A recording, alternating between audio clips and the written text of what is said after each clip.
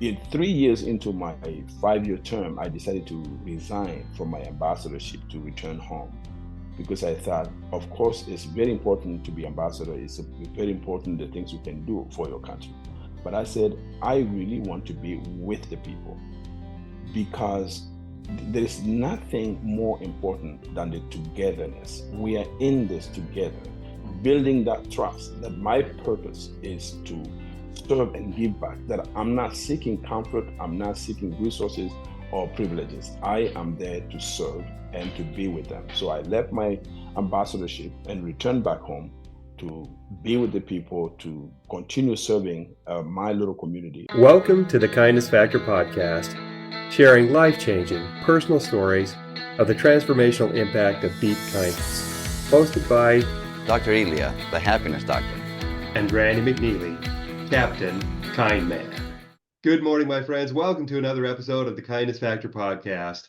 I'm one of your co-hosts, Randy McNeely, Captain Kindman.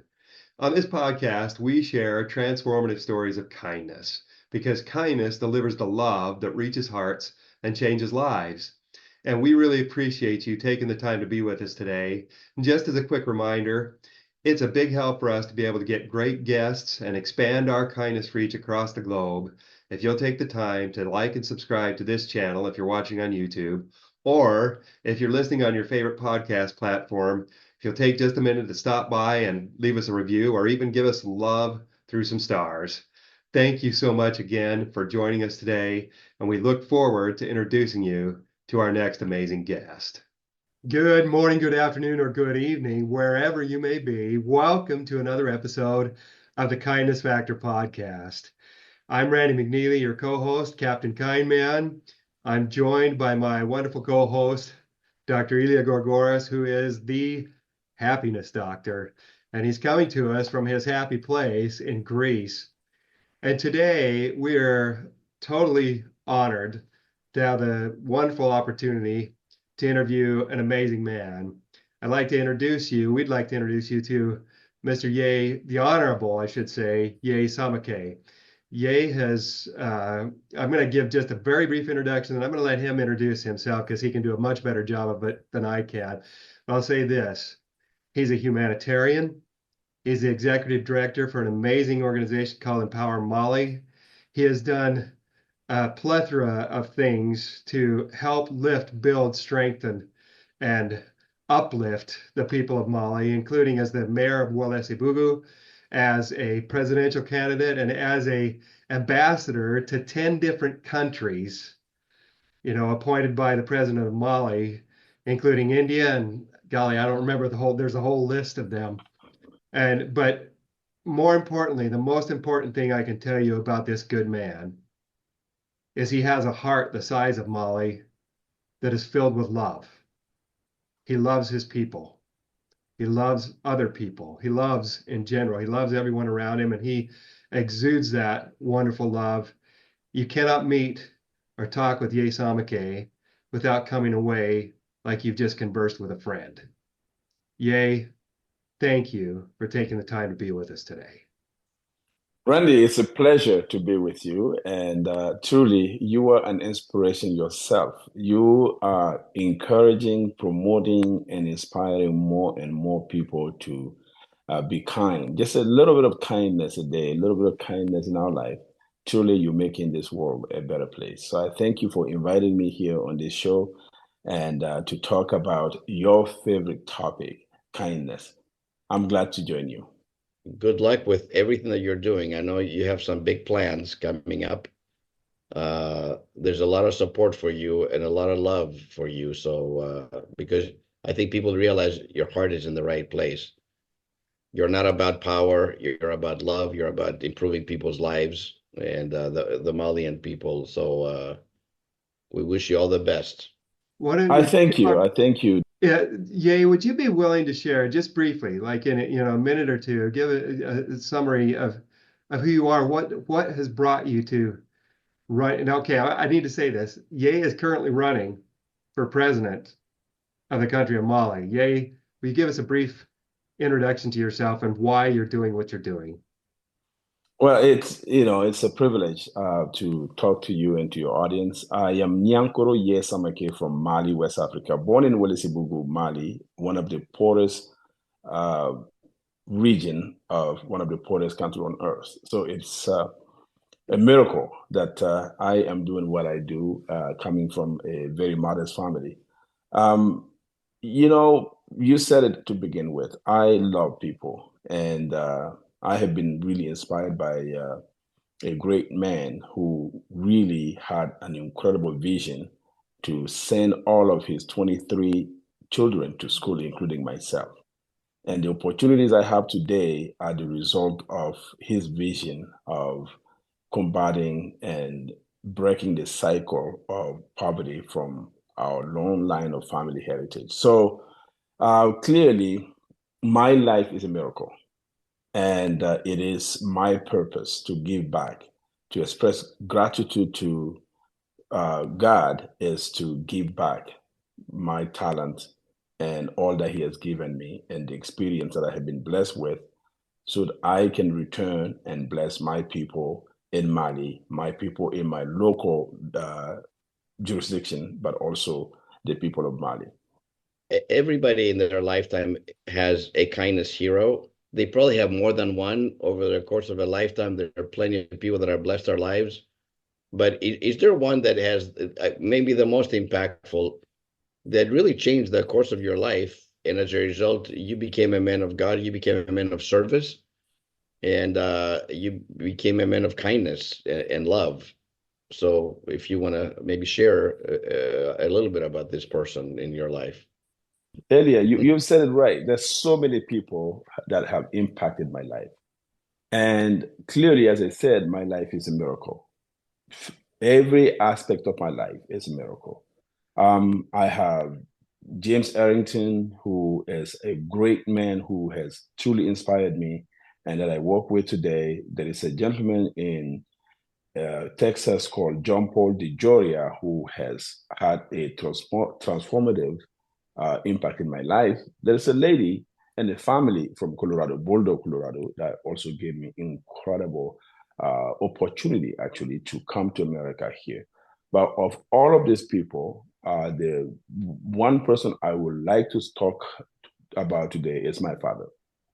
Clearly, my father was not educated in the schools, but was a very wise man. He was poor, his father was poor, and the father of his father was poor. We come from a long line of poverty. He believed that the only way for him to break the cycle of poverty is to send all of his children to school. He believed in education. So he educated all of his children, boys and girls included, which was revolutionary back in time in the 60s. And His just neighbors would call him that he Wow. must be mad for even wanting to send his children to school because they knew and they told him, if you do so, your family would go hungry.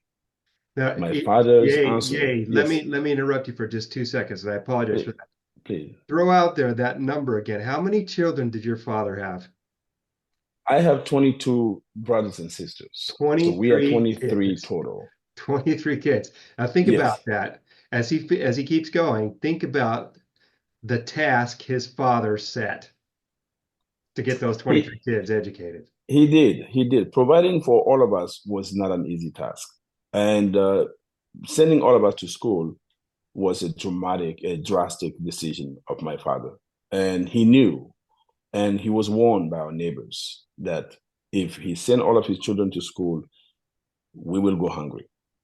My father's answer was always, my family will go hungry, but my family will not know the darkness of illiteracy.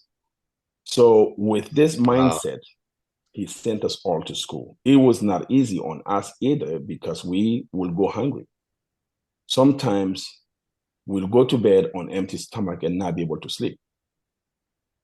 Our mother sometimes will wake up in the middle of the night, seeing that we can't sleep, that we have pain in our stomach, will tie my stomach with a handkerchief so that it will shrink my stomach and ease the pain of hunger. But we will wake up in the morning believing in this vision of our Father, go to school, and strive to get knowledge. And that is really what had helped me break that cycle of poverty. And from my father is today from above, he sees that we have far exceed anything he could have ever expected. So I am grateful for his vision, and I will pass this along. And I thought that I cannot stay here in America. Through that, I was brought to America by the Winston family in Colorado. I got an education here at Brigham Young University. I have a master's degree in public policy. I had a really good job here in America. I had a great living situation. I enjoyed the freedoms of this country, the freedom to go to the nearest hospital and get the best treatment, the freedom to send your children to the best education. But I thought that America didn't need me. I might need America, but America doesn't need me. So I chose to go back home, go to my village and establish myself there and try to bring a little America to every citizen of my village. And now my purpose is to bring these freedoms to the people of my country of Mali. Thank you for sharing that. A couple of things that come to mind. Number one, the Winston family are great friends of ours. So I know the Winston. I've known the Winstons for almost 30 years. Incredible. And they're, oh yeah, I mean, neighbors and just amazing, amazing people. As a matter of fact, the dad, Jeff Winston, that passed away very suddenly from a heart attack. He was my role model. He was like 20 years younger than me. And I always looked up to him. He's the kind of person that you say, you know, when I grow up, I want to be like him. I want to be like Jeff. I want to be the father like he is, the husband that he's been. He had been, yes. So I recognize what you're saying because I know it firsthand. He was like a mentor to me, like a dad, kind of like he. So that's number one. Number two, what a small world, you know, by the way, you know. And number two is, I think your dad's desire that all of his children get educated, not just the boys, but the girls too. Mm-hmm. I think that's actually very forward thinking, you know, coming from back in the 60s in Mali. I think it's remarkable that he had that vision for all of his children. Absolutely. It was forward thinking. It was revolutionary because people thought that was one of the craziest idea or even the stupidest idea because and they were right, because children were the labor. If you send your kids to school, then they skip laboring in the farm. And of course, the family will go hungry. And but my father knew exactly what he was doing. Against all of the protestation of the neighbors, against all the councils, he stuck to his gun that my children, boys and girls, will get the knowledge, that they will not remain in the darkness of illiteracy, even though he himself had never been to school. Hello, my wonderful friends. If you could step into the shoes of a kindness hero today, would you want to? I believe that most of you would, and here's an easy way to do that. Simply watch this little video clip by Kindness Worldwide, and if it resonates, stop by their website today, www.kindnessworldwide.org, and make a donation to support their wonderful mission to bring cultures of kindness to communities throughout the world. And then feel free to share it with your friends and family. Thank you for your support. When a wallet was returned just moments after it was lost, a purpose was found. This one act of kindness inspired the formation of the nonprofit Kindness Worldwide to create a culture of kindness in communities throughout the world. Kindness Week Worldwide mobilized the entire community in York, Pennsylvania, featuring initiatives and playbook programs including blood drives, kindness cards, K-12 and college students embracing kindness, and an innovative means of community policing, kindness citations. If something so magical can happen in York, Pennsylvania, the same and other inspirations can happen anywhere and everywhere. Our Screen Scenes initiative featuring the Kindness Factor will showcase these many stories of kindness. Let's include your community among them. Kindness is the heartbeat of the world. Together, with your support, we can make all its hearts beat as one. I love that statement. They will not remain in the darkness of illiteracy. They will not remain in the darkness of not knowing how to read or not being educated, not knowing how to lift themselves up in life. That's so inspiring to me. You know, and the thing that I love about what you've said, Yay, is the powerful example of your father. Not only, you know, he wasn't just looking at you guys. He was looking at your children. He was looking at your children's children. Mm-hmm. He had a forward, you know, he could see afar off. He was a visionary man who could see afar off. And think of the legacy, the kindness that he has extended. It's not just kindness to you. It's generational kindness. It's kindness to You you, know, to your wife and children.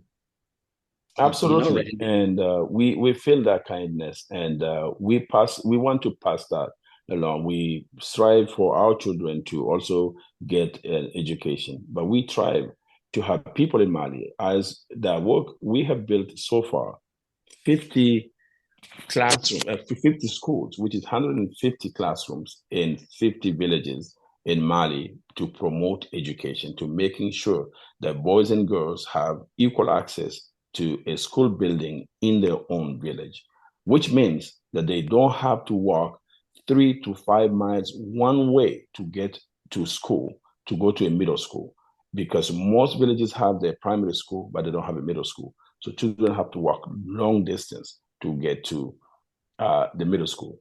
Through Empower Mali Foundation, we have built 50 schools in 50 villages. These schools are 3 classrooms, a headmaster's office, and latrine, 6 latrines for boys and girls. But not only that, Mali is one of the poorest nations. So we have also a dire need for water. Our foundation has built 76 water systems in the villages where we do boreholes and put a water tank for about 5,000 liters. And then the villages will have access to running water. That we have built 76 of those in rural areas of Mali. Some of those villages were about to relocate because of lack of water. The kindness that was extended to these people, not only by a foundation, but also supporters like the Paul Mitchell Haircare Systems founder, John Paul DeJoria. We can also talk about Matthew McConaughey, who's a producer, actor from here in America, in Texas, have contributed every month, 7 months, he would give about $100,000 every 7 months to feed the needy in the villages of Mali. We have many supporters here, foundations and individuals and companies who have been supportive of the work we do. And because of that, many villages, many families now have access to clean, potable water, which means that those villages now escape waterborne diseases. This actually help reduce mortality in those villages. It also allows women to have more nutrient because they can do their small gardens, not only improve their diet, but also make extra revenue by selling some of the produce. So through our foundation, we have been able to, and it has been really my purpose to serve, because I do believe, and I sincerely believe, that leadership is nothing but service. To lead is to serve, is my credo. So I follow that. Today, I have been given so much. I have an incredible opportunity, having had an education, a master's degree in the United States, put me right there in the top 1% of the people of my country. The opportunities I have that has changed my life, changed my family's life, I want to extend that to millions, help the 23 million people of Mali walk out of poverty to abundance. And this is possible. You know what's beautiful, and Randy and you both talked about this. In the good book, in the Old Testament, it says that without vision, the people perish. Absolutely. Your father, and it's so true. I mean, you can see it. Your father had a vision. I don't want my children to be in the darkness of illiteracy. He has that vision. He supports all of his kids to get an education. As a result of the kids getting that education and you getting that education, now you're giving back to Mali, You built all these schools so kids can have an education, and and the blessings. I mean, it's a cascade of blessings that have come out of your father's vision. I guess I got to go back to your father's vision. I don't know if you could even imagine. He may have just wanted his kids to get educated, but the blessings have touched so many lives, and like you said, no reason why they can't touch 23 million lives too. So, wow, what a God bless your dad, I guess. That's the Well, best way thank to you. say it. Amen Yeah. to that. Well, Truly, he Amen has to that. transformed our lives, and he is my single most important reference in life. Yes, many people have come around and support me, but it really started with his vision. And because of that vision, I was able to learn and be educated, be able to speak English for coming from a rural Mali. Um, truly, as I serve, Randy said, I serve as Mali's ambassador to 10 nations, including India, Bangladesh, Brunei, Indonesia, Thailand, Malaysia, Nepal, and Sri Lanka. I have seen leadership. I have rubbed shoulders with kings and prime ministers, but what I have learned is that they are all in the service of their people. The greatness they can achieve is lifting people out of need, lifting people out of poverty. And in 3 years into my 5-year term, I decided to resign from my ambassadorship to return home because I thought, of course, it's very important to be ambassador. It's very important the things you can do for your country.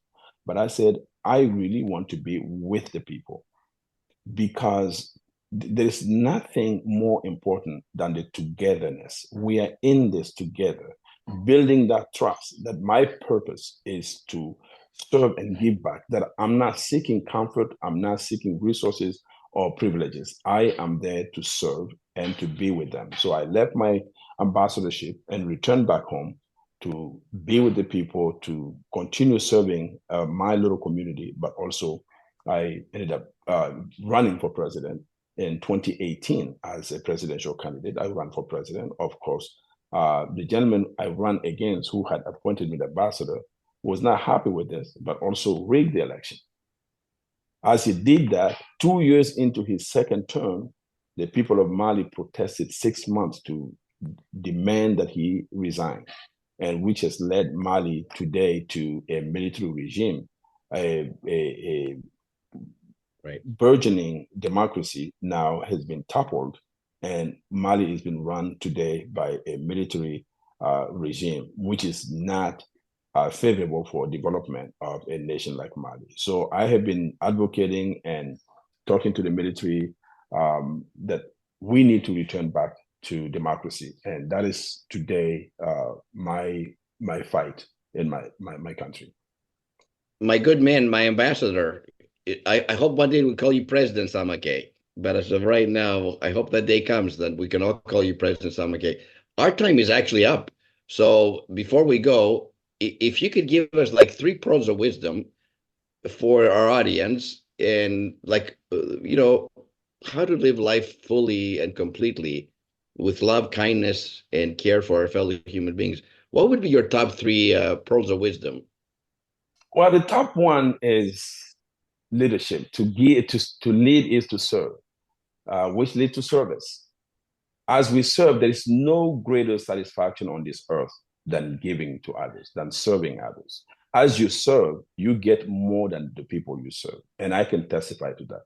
My life has personally been changed, and I testify that service is the single way to not only give, but to gain joy and happiness. There is no lasting satisfaction and happiness that you can get from anything more than service. And I believe All right, that's number 1. All right, let's keep going. Number two is one person can make a difference. We should never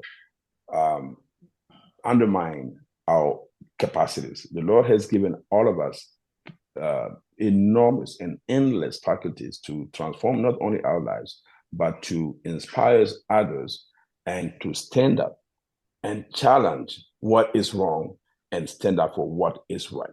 So we should never the proper word that I am in English is missing here. Never underestimate our own ability. Underestimate. That's, we Yes. should never underestimate ourselves. I would say I'm the only one. The only one can inspire the multitude, and change will happen only when one dares to stand up.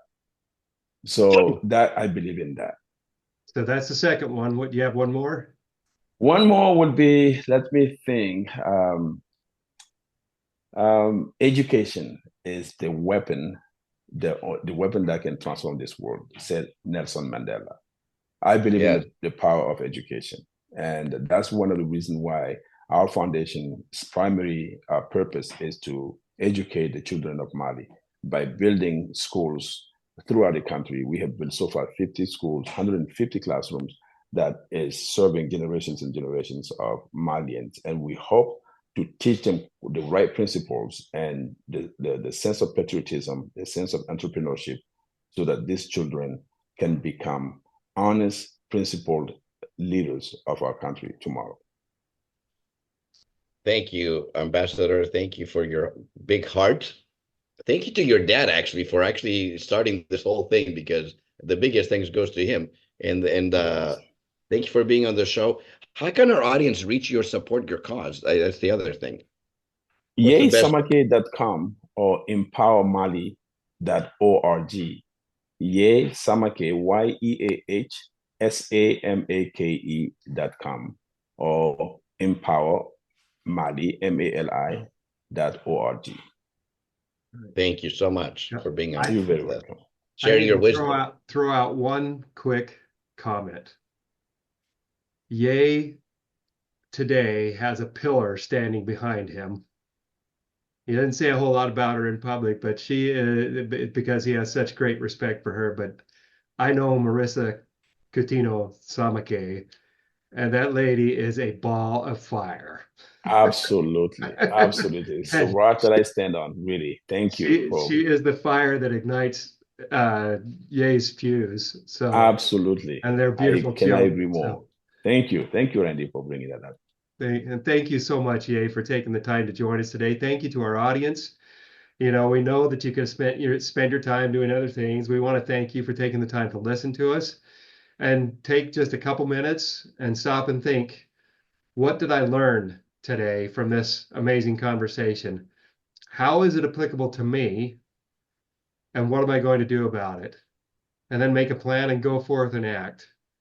As we've been talking about, one man, one person can make a difference. You never know when some simple act of kindness that you do will be somebody else's miracle. Some simple act will be somebody else's major milestone. So take the time to go forth and act and do good. And remember that with kindness, everybody wins. Everybody wins. Thank you. Thank you, gentlemen. Thank you.